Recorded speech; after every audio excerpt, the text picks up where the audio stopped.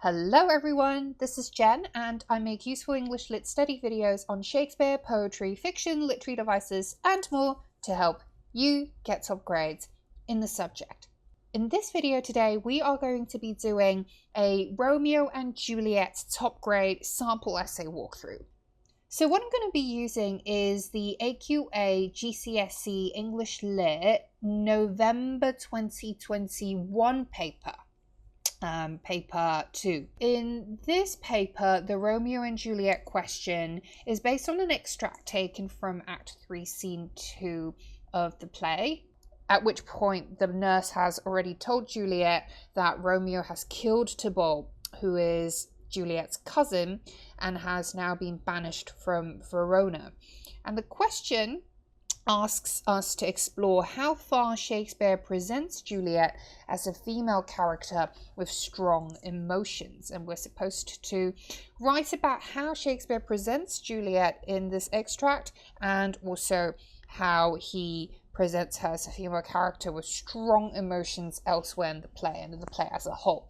So this is a format that we are no stranger to if you are doing the GCSE paper, or if you're just studying this play, regardless of whether or not you're using the AQA syllabus, or even if you are studying Romeo and Juliet for GCSE, you can benefit lots from this sample essay walkthrough video. So as with all of my sample essay walkthrough videos, I am going to be looking at the essay based on the assessment objectives outlined by the AQA GCSE board.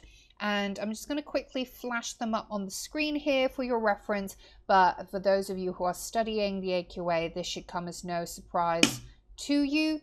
But in any case, these are all criteria that any top grade English Lit student should look to cover whenever they are writing an analysis essay. So let's dive straight into it. So let's begin with the intro paragraph as always. In this extract taken from Act 3, Scene 2, Juliet is presented in a highly emotional state as she reacts to the news about Romeo's murder of her cousin, Tybalt. So very nicely, just summarising for us crisply here what the excerpt is about. Here she is torn between her romantic love for Romeo and familial fealty to Tybalt, both being men she is emotionally invested in, albeit for different reasons. So here the student is starting to outline for us a core tension that is captured in this moment in the play. So as we know, tension is always important when it comes to any sort of literary analysis. Upon hearing what Romeo has done, Juliet is first overcome with shock and anger, the intensity of which Shakespeare reinforces with a range of stylistic and metrical devices such as hyperbole, paradox, trochees, etc. So this is great because the student is telling us that she's addressing the question at hand, right? The question, if you recall, is about how Shakespeare presents her as a character with strong emotions. So shock and anger, certainly some of the strong emotions that Juliet feels in this extract. And then also the student is telling us that she is later on going to be engaging with a range of stylistic and metrical devices like these ones she spelt out. However, her emotions take a swift turn as she becomes remorseful and defensive after the nurse echoes her chiding of Romeo. So more strong emotions that Juliet feels here, outlined as the other part of her emotional intensity. The student is showing us that she's not just one-dimensional, right? She realizes that even in this short extract alone, Juliet's emotions fluctuate. Indeed, she goes on to say, Juliet's tendency to feel intense emotions and sometimes to let them cloud her rational judgment of situations is evident throughout the play, which I will illustrate in the rest of this essay. So really the student here in her final sentence in this paragraph is also giving us her thesis statement, which is what I've bolded here, which is that Juliet feels intensely and often at the expense of her rational judgment, right? So that's the intro. So very well summarized, presented, and signposted. So let's now dive into our first main body paragraph.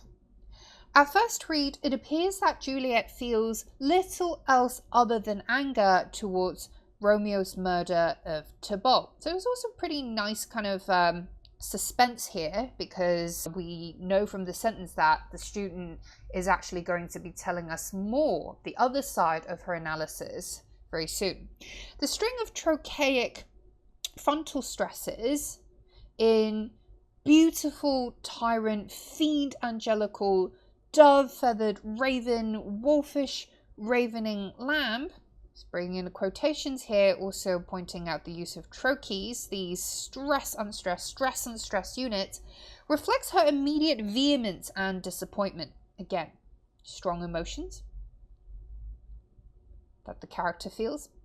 However, these highly emotive descriptors are also paradoxes, bringing in another key terminology here, which suggests that Juliet's feelings are much more conflicted, if not pulled by contradictory instincts. So the student here tells us that she's able to identify that these exclamatory references are also paradoxical in nature. But more importantly, she tells us what these paradoxes tell us about the character's feelings, which is that they're conflicted but also contradictory. The oxymoronic juxtapositions of beautiful, tyrant, fiend, angelical imply that despite Juliet's knowledge of Romeo's violent act, she cannot fully divorce herself from seeing him through a rose-tinted perspective. If we remember, the nature of oxymoron and paradox is that they are contradictory but also actually explainable if we understand the broader context, right? So here, that sort of nature is reflected in Juliet's emotions, right? Which is that she hates Romeo for having killed her cousin, and yet at the same time, she remains incredibly devoted to the man and cannot actually see Romeo other than being some kind of god, which is an idea that we will further analyze later on in this essay. But anyway, as connoted by the adjectives beautiful and angelical, right? So these are overwhelmingly positive, glowing, laudatory terms that she's using to ascribe what is essentially a murderer here. Meanwhile, the chiasmic syntax underscores, with its crisscrossing of adjectives beautiful, angelical, and nouns tyrant, fiend, the emotional writhing that Juliet is experiencing at this moment. Chiasma is the crisscross of parts of speech in consecutive lines.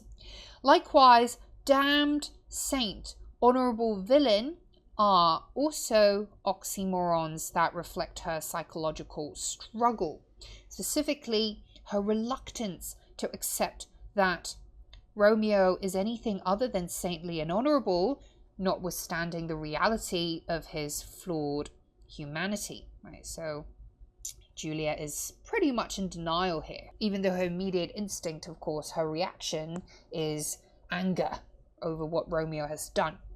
The radical contrast between saint and villain, however, reveals that Juliet embodies a dualistic all or nothing mode of thinking, which is a key driver of her volatile emotions. So again, the student here first points out that there is a clear set of contrast in the identities of saint and villain, which Juliet kind of almost schizophrenically ascribes to Romeo. And so what this tells us, though, is that she actually embodies a very sort of black versus white, all or nothing mindset.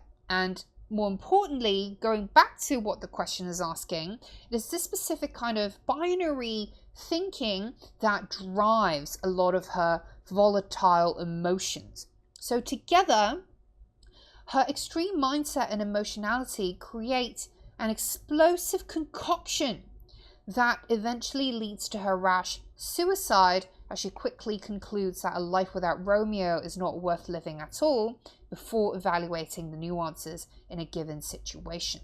By the way, guys, I'd massively appreciate it if you could hit the thumbs up button below, subscribe to my channel, and switch on that bell notification if you find this video helpful so far. This would really help me carry on making these useful English Lit study videos so that you can get top grades in the subject and we can inspire more people to enjoy the study of literature. Another observation to note is the animal imagery of dragon keeps so fair a cave, dove feathered raven, wolfish ravening lamb. Dove, raven, wolf and lamb are real animals, but Juliet's paradoxical pairing reimagines them as mythical creatures, placing them in the rank of the dragon in line 2. This is nuanced interpretation and really sharp observation as well, because the student sees beyond the mere references of raven, dove, wolf, lamb, etc., to looking at them synergistically and being able to pick up that if a raven is dove-feathered or if a lamb is wolfish ravening, then these are actually not quite the real animals themselves, right? So in a way, it's almost a sort of mythical rendering of these otherwise real pedestrian animals. But then so what? Well, she goes on to analyze. So while an immediate impression from reading these animal references is to understand that Juliet is comparing Romeo to a beast, which would seem to befit the nature of his murderous behavior towards Tybalt, a closer read suggests quite an opposite instinct. Instead of bestializing Romeo, Juliet is mythicizing him. So this, of course, is consistent with her readiness to haloize him, as her later metaphor of him being sole monarch of the universal earth also attests to. So we're going to look at this metaphor later in the essays. I'm not going to highlight it here because this is not the point in this paragraph. Interestingly, through the portrayal of Juliet's anger, Shakespeare may have embedded a cheeky dig at the government officials and censors in his own time. So that's actually drawing a contextual link here. Let's further explore how the student does that. This is reflected in the rhetorical question and answer of, was ever book containing such vile matter so fairly bound? So as a metaphor, this beautiful but sordid book is a comparison for Romeo, who is, of course, incredibly handsome, but also capable of exceeding cruelty.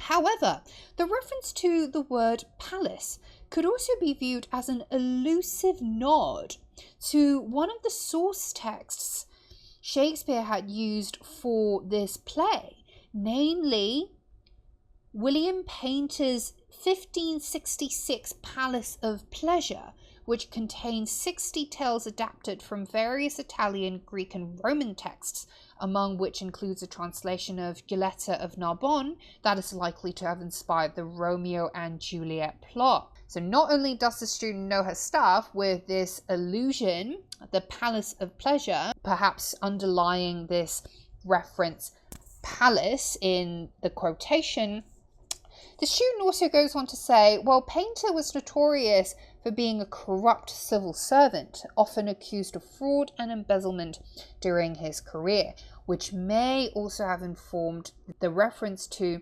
deceit dwelling in such a gorgeous palace. Super interesting, right? So if we kind of reread this quotation now, it would seem as if Shakespeare is hiding this reference of Paynter, the deceitful embezzler, dwelling in a gorgeous palace, which is the book, right, that he wrote.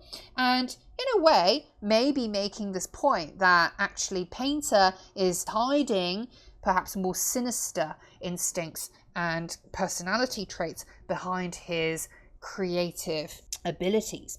So with this allusion, Shakespeare may be hinting, though, that rather than spending resources on the pathological censoring of creative works like his own plays, perhaps there is more true deceit lurking outside of books that will require the state's attention. So the student is quite creatively drawing this contextual link to her analysis of Juliet's emotions here, which is wonderful. So next paragraph. Apart from being a character given to strong polarizing emotions, Juliet is also highly sensitive and prone to exaggerating the good or bad of a person or situation.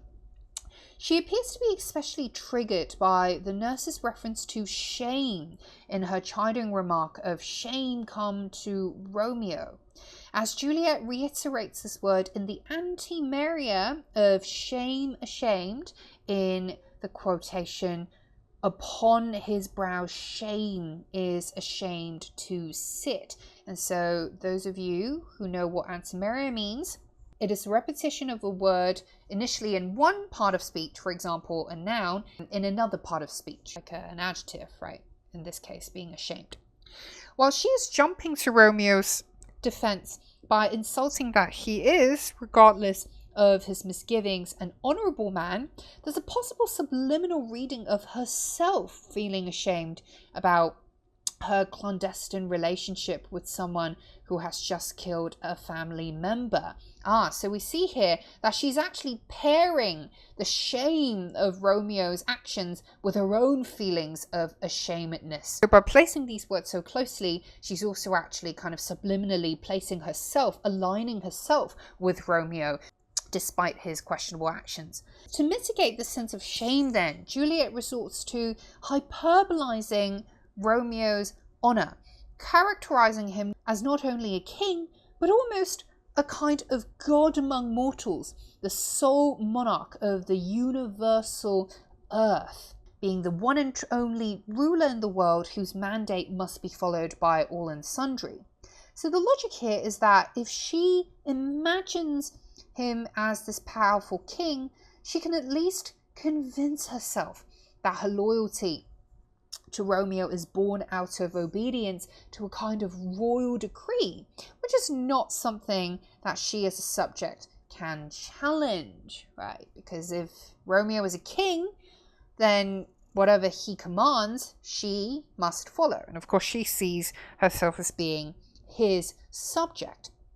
Subsequently, this enables her to at least mitigate some of the guilt or shame she feels about her cousin's death. So this is interesting because the student also kind of brings in a little bit of the Freudian approach to analysis here. So having close read much of this extract, the student then goes on to, of course, address the elsewhere in the play, part of the question, right? Looking at the play as a whole and how Juliet's strong emotions are presented elsewhere. So throughout the play, Juliet's volatile, intense emotions and absolute thinking are a ready presence, even as they become more complex towards the end, moving from the pure, giddy, romantic sentiments of love at first sight in the early moments to a more pained, conflicted sense of fate unjustly making her fall for a man she can never truly be with. So the student again is showing higher order sophisticated thinking, multi-layered thinking, because she's not saying, okay, well, we see from the rest of the play that her emotions are also strong and that her way of thinking is also absolute and extreme. The student is able to point out that even though this is very much Juliet's dominant disposition, there is a transformation, right, from the beginning to the end. For instance, in the orchid scene where Romeo and Juliet confess their love for each other, we see Juliet's tendency to perceive situations in all or nothing terms and to inflate the degree of her emotions when she tells Romeo to deny thy father and refuse thy name, and she'll be sworn her love and she'll no longer be a Capulet, i.e. she's convincing him to leave their families behind so that they can elope in the name of love. The use of such strong imperatives as deny, refuse, be sworn shows the intensity of her feelings and the quickness with which she arrives at such feelings as well. So again, tying it all back to what the question is asking us to show, which is Juliet's strong emotions. Later, in the climactic moment where Juliet ruminates over whether she should trust Friar Lawrence and drink his potion, she defaults to her melodramatic disposition as she considers the worst that could happen from her and Romeo's ill-fated relationship. So this moment here comes towards the end in Act 4, Scene 2. ushering in exclamatory remarks and categorical absolutes when she bids farewell, God knows when we shall meet again, to an absent Romeo, while describing her melancholic anxiety with the vivid organic imagery of a faint cold fear thrills through my veins that almost freezes up the heat of life. So organic imagery, any sort of imagery that relates to sensations, right, such as pain, and in this case heat, right, or cold. Further, the guilt Juliet feels over Tybalt's death returns to haunt her. So lovely here that the student is also able to pick a moment later on in the play that echoes and relates to the incident that is captured in the extract that's given. As her imagination runs wild to paint a gory, morbid image of the terror of the place, a vault, an ancient receptacle where the bones of my buried ancestors are packed, where bloody Tybalt, yet but green in earth, lies festering in his shroud. So clearly we see actually, from the reference yet but green in earth, this idea that Tybalt has only just died, we see very clearly that actually Juliet is very much bothered by Tybalt's death, right? And that actually all the more complicates her love for Romeo. It's as if she is foreboding her own death. Her guilt is so overpowering that she seems to want to preempt her own death, right? Which of course will happen shortly after this scene. So like the Act 3 Scene 2 extract in which Juliet first condemns Romeo, only to then veer the opposite way and condemn herself, her characteristic instinct to extremify people and situations is likewise at work here, which ultimately contributes to the tangled misunderstandings of the final catastrophe. So the student here is tying all the threads of both the extract and also the other moments that she's chosen from the play to showing that she is very much aware that this play is a tragedy. And that's it for this top grade sample essay walkthrough video, guys. I hope this was helpful, and as always, if you appreciate my work, please do hit the thumbs up button below so that the YouTube algorithm would know to share videos like these to more passionate top grade lit students like yourself all around the world. And if you haven't already, please do hit the subscribe button so that you never miss out on these weekly study videos that I make to help you get top grades in the subject. And I will see you guys in the next video. Bye!